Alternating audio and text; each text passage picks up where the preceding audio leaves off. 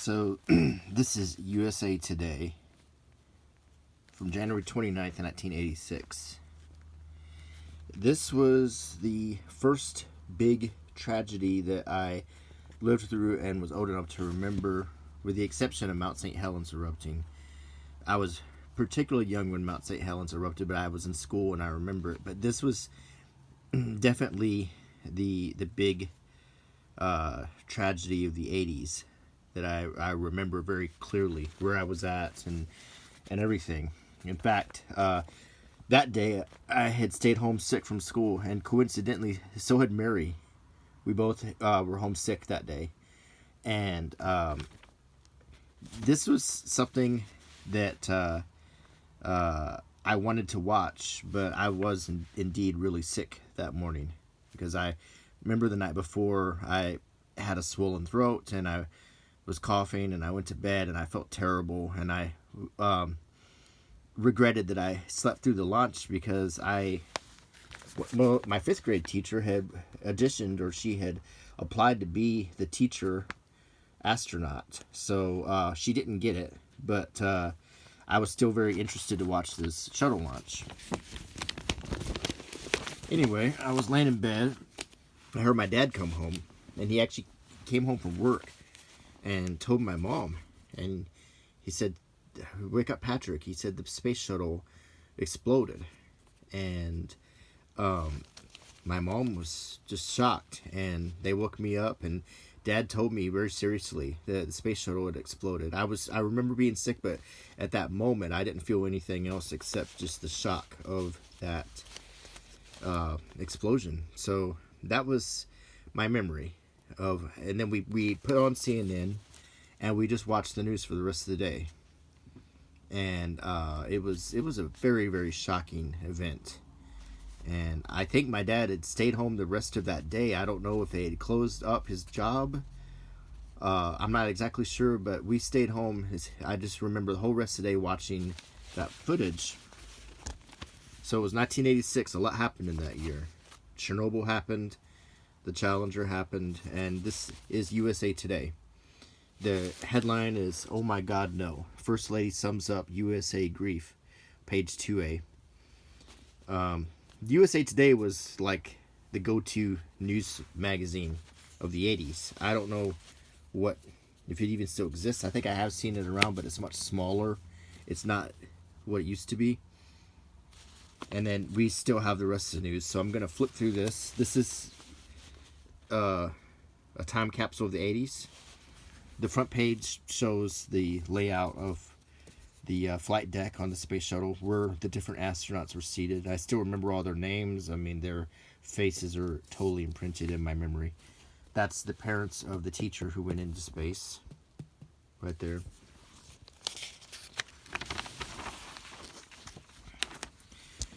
No one could believe it. Concord, New Hampshire. Concord, New Hampshire is where Krista McAuliffe, the teacher, came from.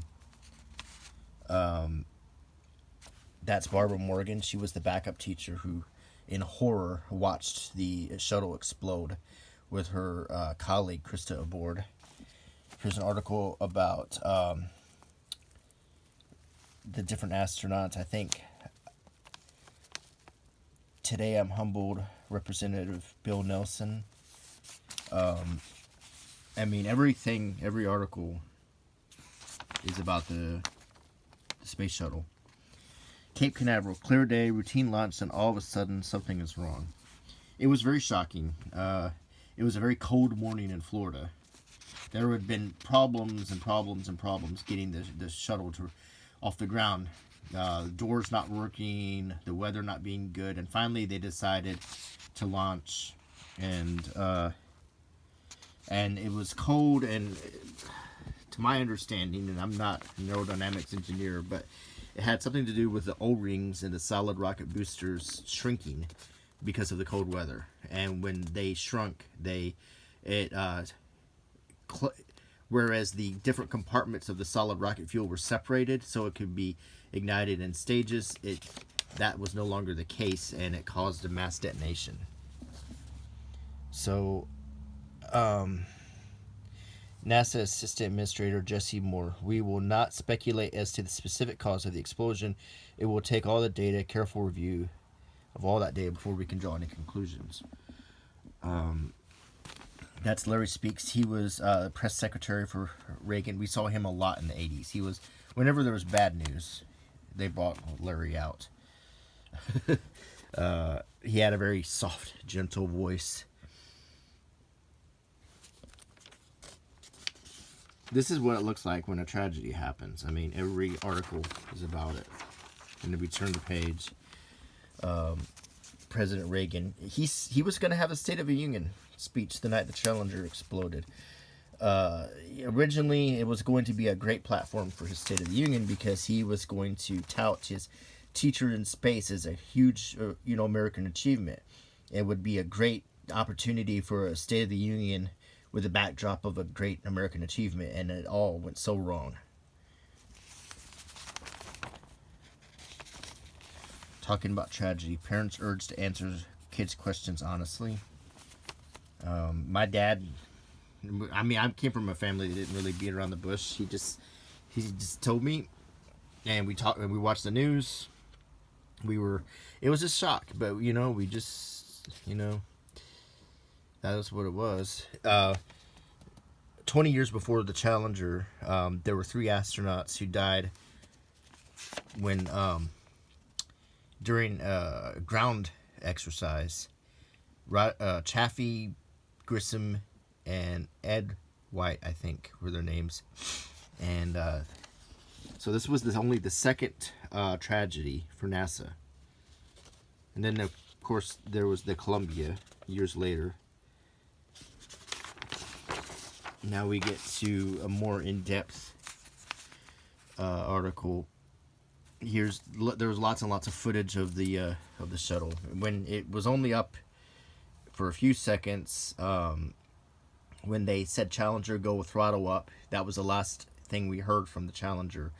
When Flight Commander Scobie throttled up, and then it exploded right here in this orange cloud, and then the 2 booster rockets separated off, and then the remainder of the Challenger fell into the water, into the Atlantic Ocean.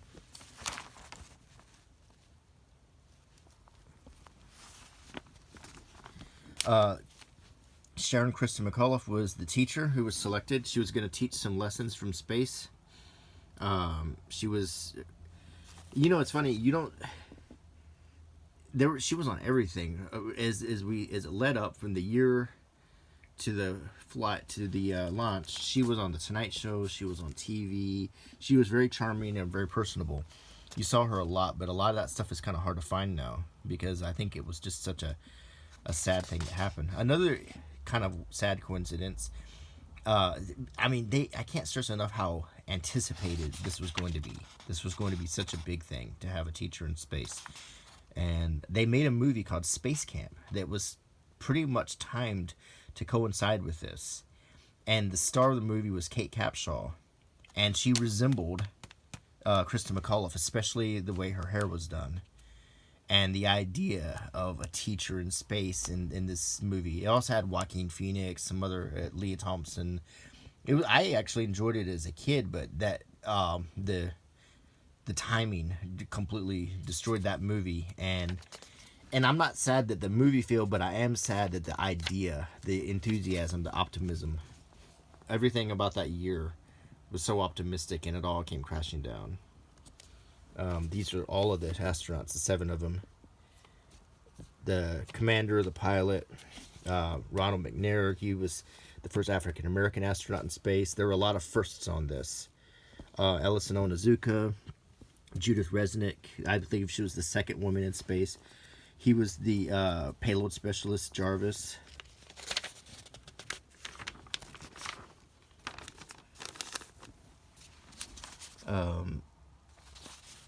Now we're getting into other topics from the 80s.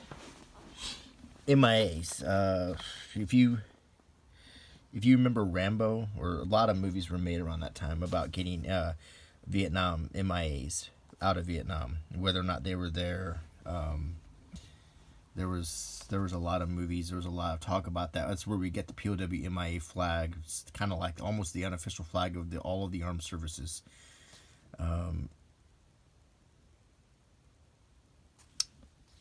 The TV replays led Reagan to cancel the State of the Union.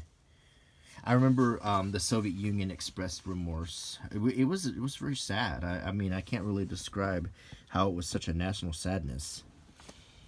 This is the time before the internet. This is when there was only 3 or 4 channels on TV. So this is all you were watching. We were all grieving together. Richard Nixon still alive. Ailey Nixon tired and alert.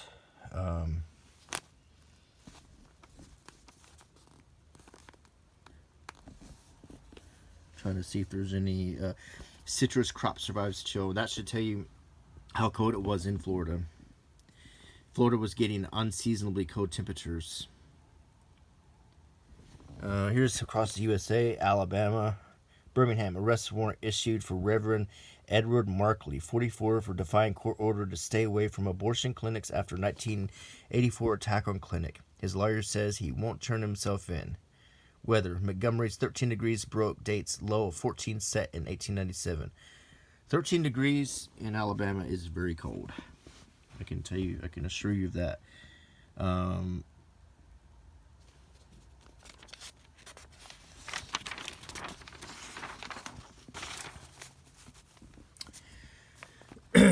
Our reach should exceed our grasp, or what's a heaven for? That political cartoon is very solemn. It's not snarky like it would probably be nowadays. It was it almost shows an acceptance of the tragedy versus, I just can't even imagine if something like that happened today, how obnoxious it would be covered. But at the time, there was sort of a united front in this country. We all kind of grieved together. We were all kind of on the same side. Look at these opinion pieces. It's no time to doubt, man. Space flight. We all wanted to we didn't want to give up. We all wanted to go back to space. That's why the Discovery was such a big deal in 1988. I mean, we got the space shuttle back in the air. Here's the weather.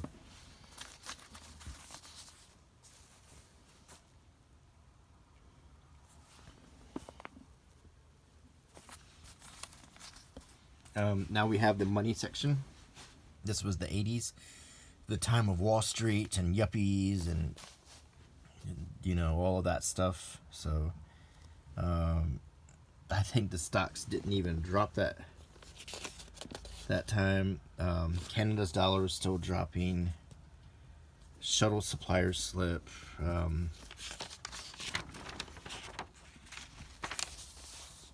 Meet Apple's third man, Apple Computers.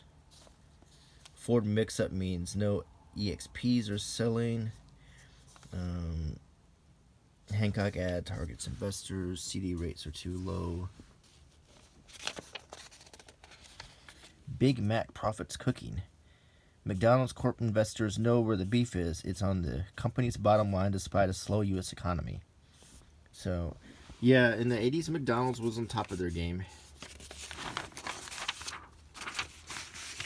That was before Super Size Me and all of that stuff. That's when McDonald's was really at the top of their game in the 80s. Our newest computer was designed around the oldest axiom in business. Look at this old Apple ad. And this is the "you can never be too powerful or too well connected." Here is an example of a 1986 Apple computer, Macintosh. As you can see, all the things you could do with it. It was kind of impressive. Look at the old desktop, and you might recognize that if you have a Mac. It hasn't changed very much, which is kind of amazing.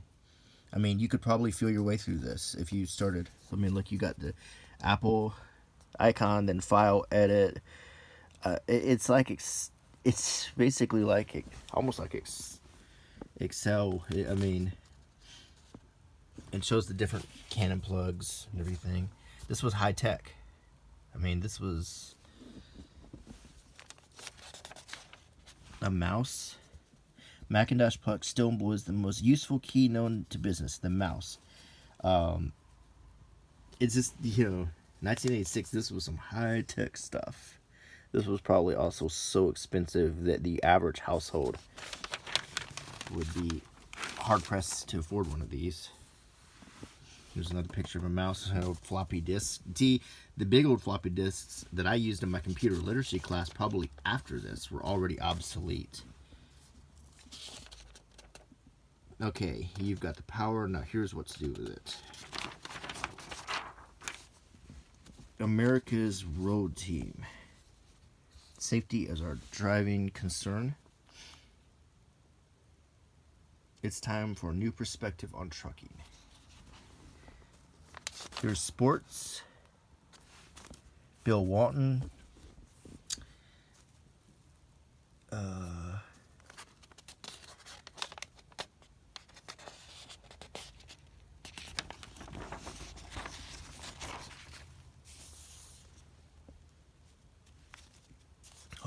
Off-season acquisition of Bill Walton gives Celtics.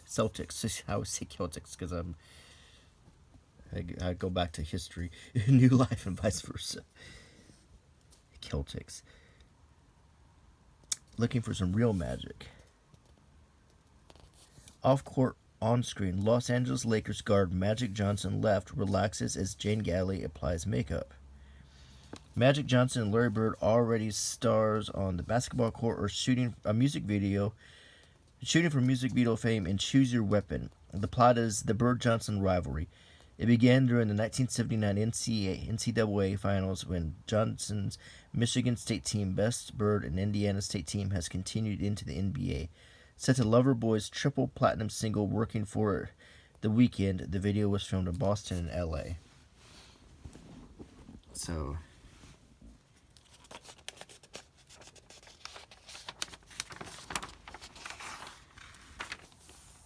and let's see. Here's something you always saw in the 80s. Garfield. Here's an ad for Embassy Suites hotels, which were pretty doggone luxurious back in the 80s. I remember when we went to Dallas or Fort Worth somewhere, and my grandmother was staying at Embassy Suite, and I was blown away. This was around, I think maybe it was 1986, and they had that big free breakfast in the courtyard with waterfalls and fountains and the glass elevators. That just blew my mind. They give you a single room. What is Embassy Suites? Gives you a 2-room suite with a luxurious living room and a private bedroom, a wet bar, a refrigerator, free cook-to-order breakfast served in our courtyard atrium, free cocktails for 2 hours every evening, 2 telephones, 2 color TVs with a remote control. And then there's Garfield promoting it. Embassy Suites was really, a pretty impressive hotel. So, on here's a big, full spread car ad. Today, the automobile and Mercedes-Benz both begin their second 100 years. So, a very, very old automobile. 100 years. Ceremonies are underway today in Stuttgart, West Germany, to mark the single most significant date in automotive history. Scientific, government, and industry leaders from around the world have gathered there at the invitation of Daimler-Benz, I guess it's Daimler Chrysler now, AG, to commemorate the granting to engineer Carl Benz 100 years ago to the day of Imperial Patent number 37435 for his invention of a gasoline-powered motor vehicle. Right here. That's still a pretty car.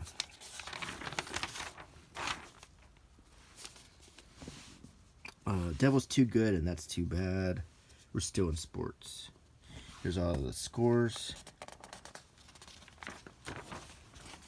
And I'm not gonna pretend that I'm a huge sports fan because I'm really not. I know the basics. The only sports I ever followed to any extent is some college football, and but other than that, I've never really followed that much. and I only follow college football because of where I live and proximity to the people. So here is the Discover card, a relatively new credit card. This is the Dawn of Discover. This card was, I think it had just come out within a couple years, and I still don't think it's reached the level of MasterCard and Visa, but yeah, this is when it first came out. And now let's look at the life section. And first, we're going to look at the news covering the Challenger, witness to disaster. And here's some quotes. Peter Jennings: "We wouldn't like to, but we're going to show you those pictures." Mintier handled the liftoff duty for CNN, which had the only live coverage. Tom Brokaw: "He and Peter Jennings raced from a briefing at the White House." Dan Rather: "Terrifying and fascinating. CBS was last to break into its programming." And I mean, the whole day. They had models of the space shuttle. They were giving their theories about what could have happened. They had originally thought it was ice had fallen off and punctured or knocked some of the. There's tiles all over the space shuttle. They're like little bricks. They're white and they absorb heat really, really well. And the point of the tiles is during re-entry, it would withstand that incredible heat as it breaches the atmosphere. Well, anyway, they're not on very securely, so it was plausible that some ice could have fallen off the shuttle and knocked some of those thermal tiles off. Interestingly and sadly, that was the cause of the Columbia disaster, was some of those tiles being knocked off by foam when it lifted off, and the lack of the tiles literally burned the shuttle in re-entry. But what caused the Challenger disaster was the O-rings in the rocket boosters not separating the compartments. So here's Willie Nelson. He was having trouble with the IRS. We only heard about that for seemed like the entire span of the 80s and the 90s were all of Willie Nelson's IRS problems. I don't even really understand that. Pat Benatar, a rocker reborn. Pat Benatar was a pretty big deal in the 80s. This was the time of Michael Jackson. This was the time of Bruce Springsteen was really big. Then the new wave music started really kicking in 1986. Miami Vice was still pretty much on fire as a TV show. People, in fact, yeah, when I was in school, I think like we were all trying to dress like we were Miami Vice. We were buying the clothes. Dynasty role fits newcomer's life. Troy Bayer joins Dynasty tonight as Jackie Devereaux, feisty daughter of cabaret singer Diane Carroll. And here's Michael Jackson with Elizabeth Taylor. Old friends. Michael Jackson chose Elizabeth Taylor as his escort at Monday night's American Music Awards. The pair led a celebrity chorus in We Are the World. We Are the World was the USA for Africa song that all the artists did together, and my goodness, we all watched that 100 times. We taped it. There was so much 1986 was a year of so much optimism. It really was. And that's what made the Challenger so sad, because we had USA for Africa. We had all of these popular shows and movies and popular culture. We had a president that was optimistic and managed to literally lead kind of a bipartisan government.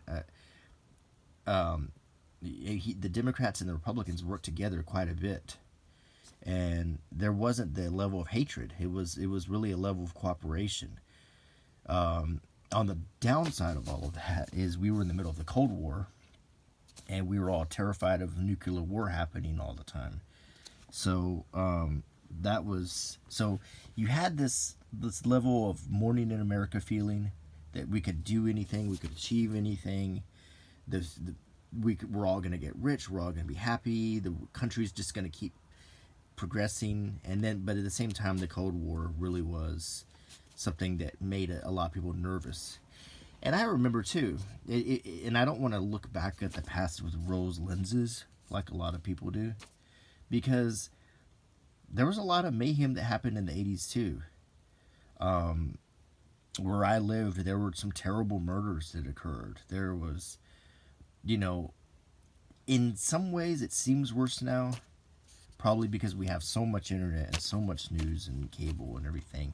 But in other ways, it hasn't changed very much. A lot of what we were fed was, because there was such a small media in our life, very few diverging opinions. But there was still, there was still bad news. Sometimes we look like the 80s was, this perfect time, but it really was.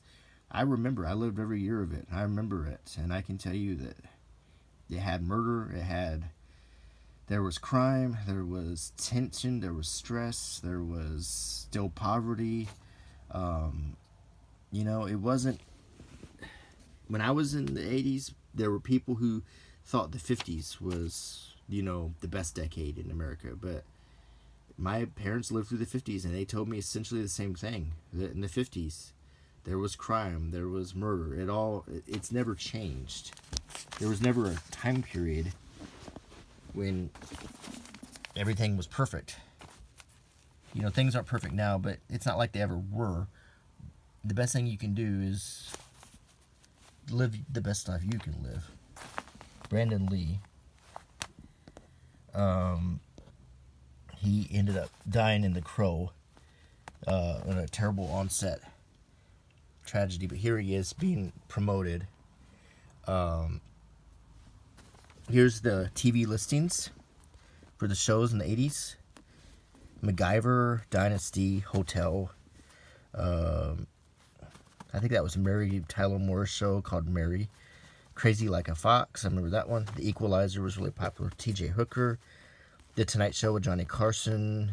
Guest host Joan Rivers. Guests are Lynn Redgrave, Mark Harmon, and James Ferrantino. St. Elsewhere, Black's Magic, Highway to Heaven. That's the channels. So think about that. And this is if you had cable. So you had ABC, CBS, NBC, PBS. That's what most people had right there. That was it. Then the people with cable had ESPN, HBO. So you could watch Lassiter. You could watch Runaway with Tom Selleck. The not so great moments in sports. If you had Cinemax, you could watch The Ambassador, Honeysuckle Rose, and History of the World Part 1. The movie channel, you could watch Being There or Brigadoon. Then they had Showtime. Best of Bizarre, 84, Joy of Sex, and The French Woman. The Disney Channel, which at that time was a premium channel. Nothing like it is now. I don't even know if it exists anymore. A Night in Casablanca, Jiminy Cricket, the USA Network. Here were your cable channels: USA Network, WTBS, and Lifetime. So that's cable.